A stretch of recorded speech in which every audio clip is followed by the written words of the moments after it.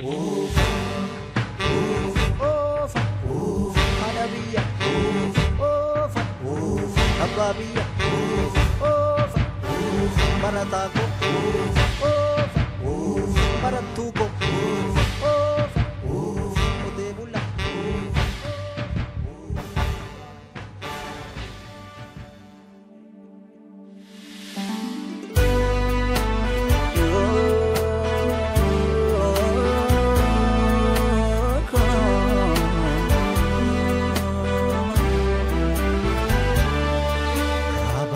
Kabna yomno dibe karani rademno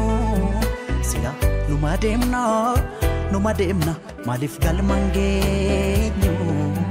karan nukabemo garadada maf gahuda dabne dune kumadamne elami ko amma game orono tamate sabako mawono gabe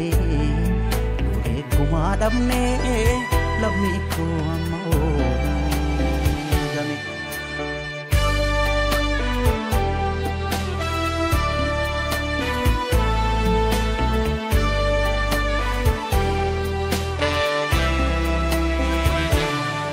akawalol lelol chisu tasuman dandenye akadina lol le ofera qolachu dadabne garalafne bulu kenyan dinaf salpatane jarra kokof du'a turre kuno harasdu malmalisa malmalisa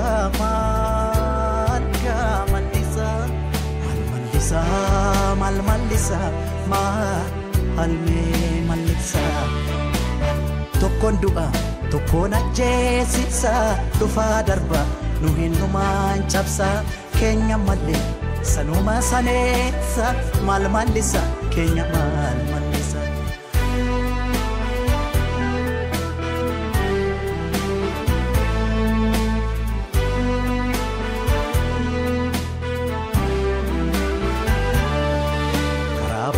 kamna yomno dibe karani rademno sila numademna malif galmangenyo karan nukabemo garadada afgahuda dabne dune gumadamne lamiko amma ono lami orono tamate lamiko maono gabe roni namate lamiko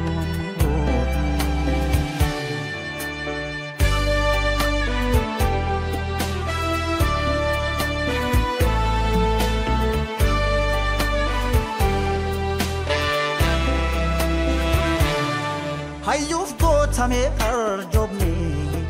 kuno har agenye annolef chalan qorataran bishoftu tirajitane garalafne bulu kenyan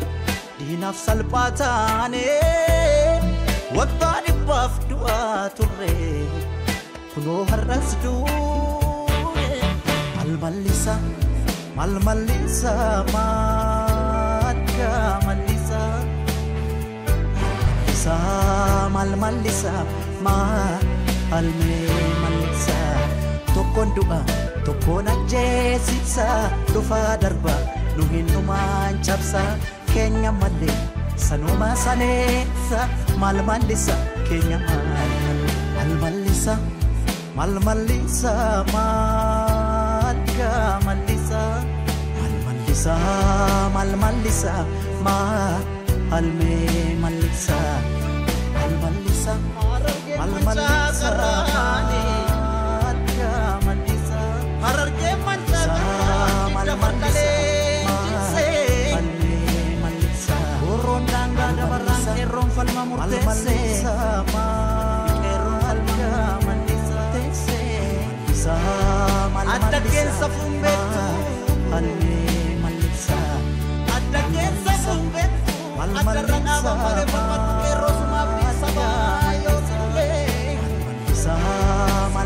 Bakar shoror kau kanaf garaja batu irre nakabani ni patu palmatu miti farda ke yumbe pare malisa ma gaafa garre na doa gaafa makale sa malisa ma alsiya pada ya masho malisa ma ke si ego ke kriso si gacha na falmura bu si roro di sa kamar sumalif mutamanate ala ega hinabjoti abjuntane fatu farda kem falmi 4 kilo situane ala ega